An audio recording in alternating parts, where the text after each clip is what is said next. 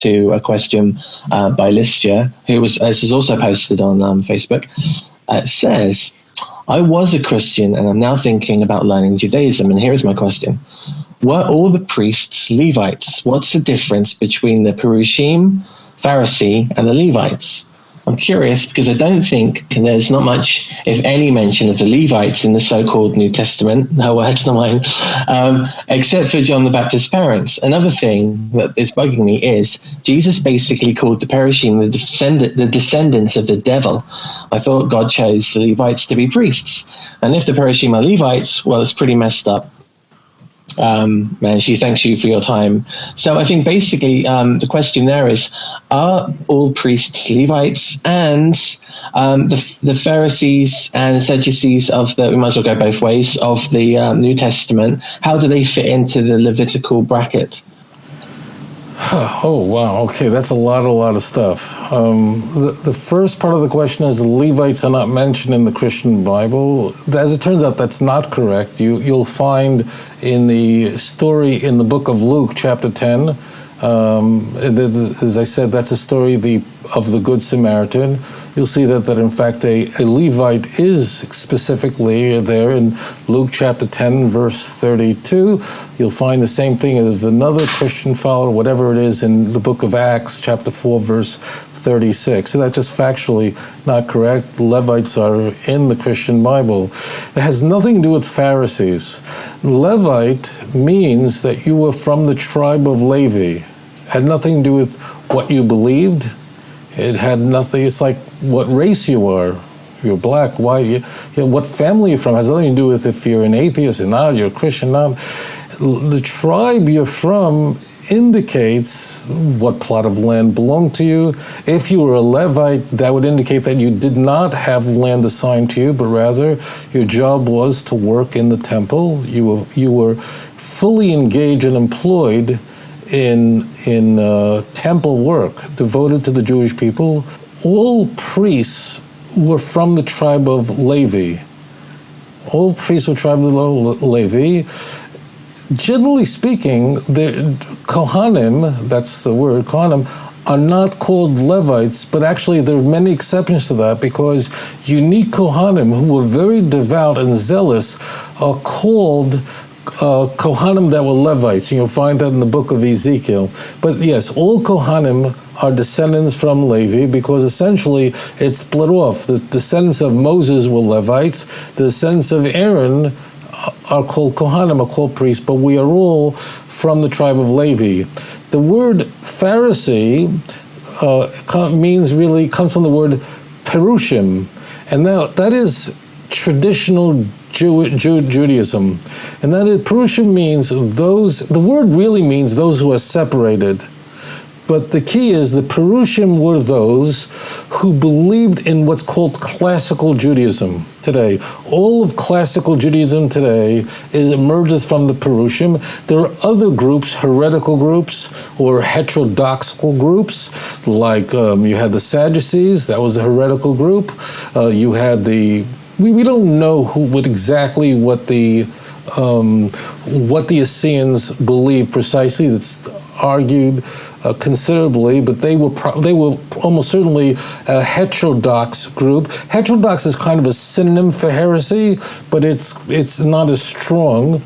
But Perushim means, which are the Pharisees, it's the same thing, just different language, means that you believe in the written Torah, the oral Torah, you believe in all Tanakh is the Word of God, you believed in all the promises conveyed in the Jewish scriptures of life after death, the world to come, as described in the Bible, and the resurrection of the dead. That's what the Perushim believed.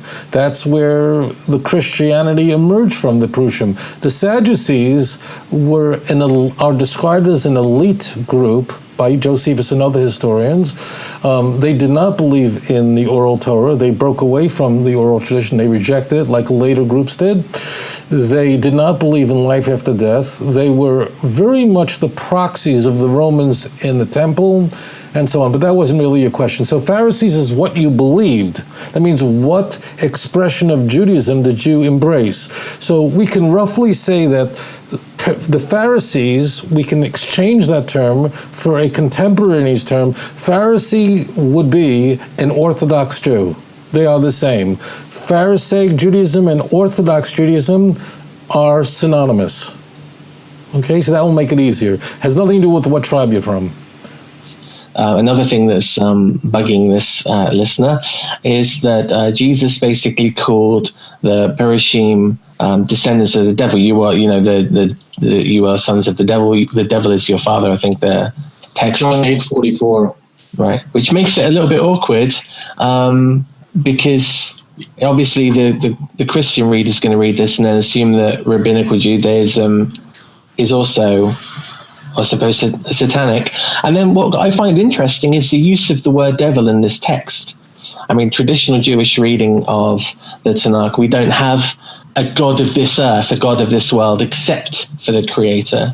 And yet in the New Testament, we're asked to engage in belief with the devil being this kind of free-reigning soul. He's not Hasatan in the New Testament. He's Satan in the New Testament. Can you talk a little bit about the differences? Yeah. So in John chapter 8, we have one of the. It's really unfortunate that John chapter 8 was ever written, because John chapter 8 is so venomous, it's so anti-Semitic that that it would ultimately poison and pollute the mind of Christians for thousands of years, and untold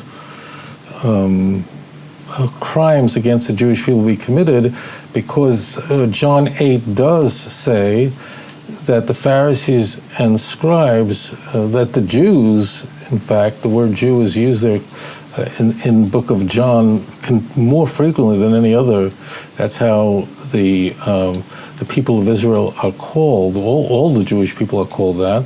And incidentally, if you look carefully at John 8:22, right going all the way to our passage in John 8:44, the audience are called the Jews in John.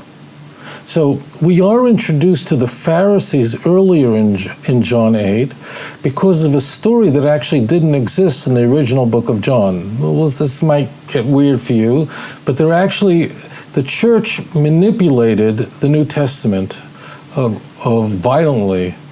Later scribes would insert things that weren't in the earlier versions.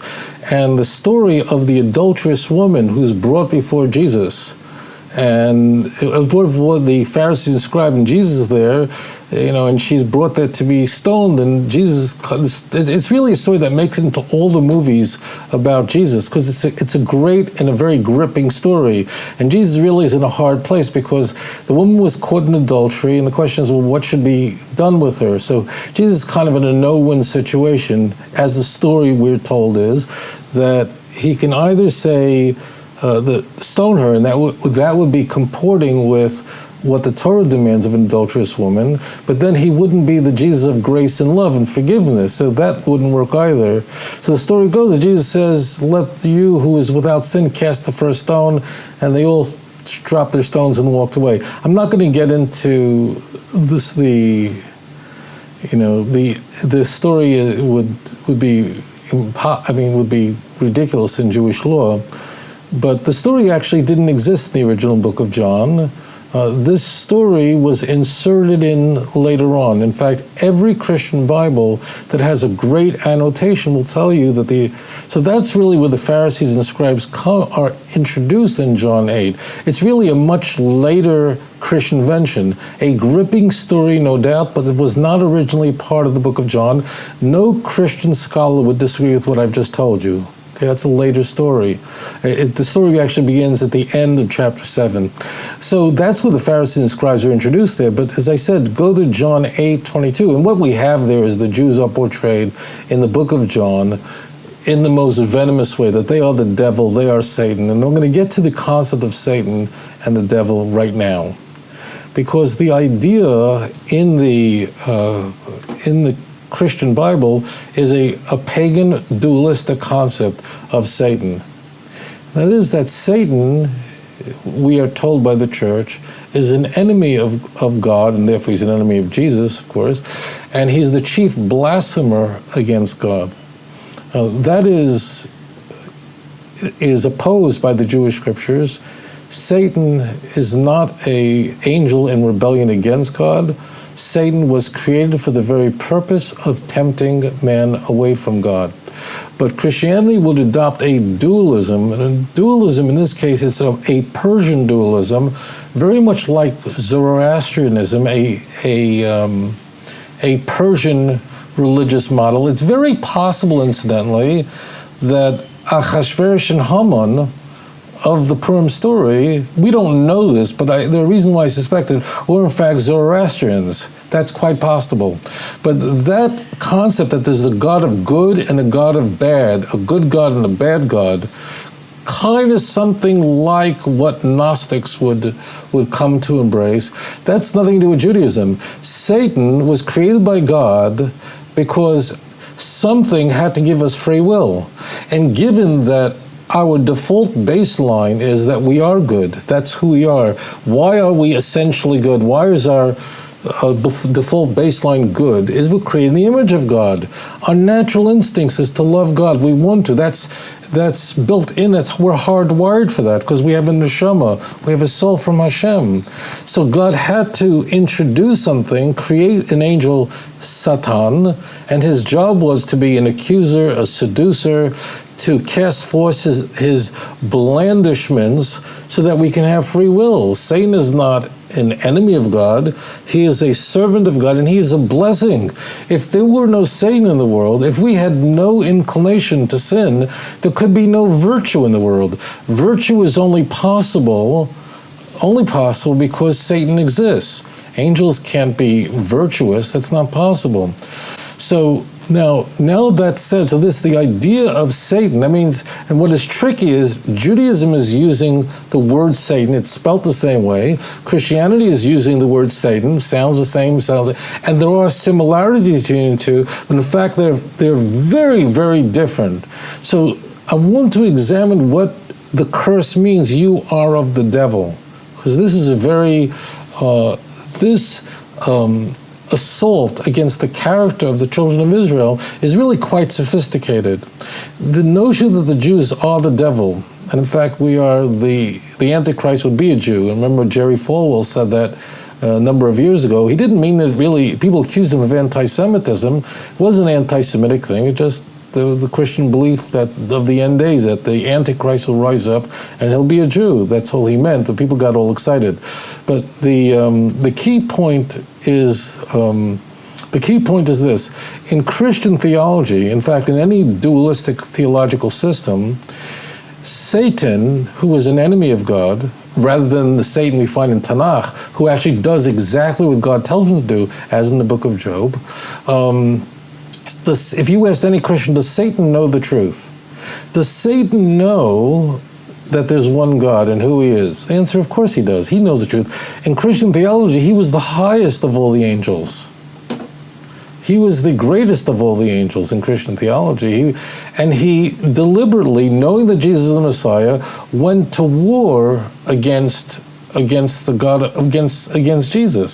So that's what the Jews are portrayed as. The Jews are not portrayed as ignorantly following this. The Jews are portrayed as deliberately being an enemy of Jesus.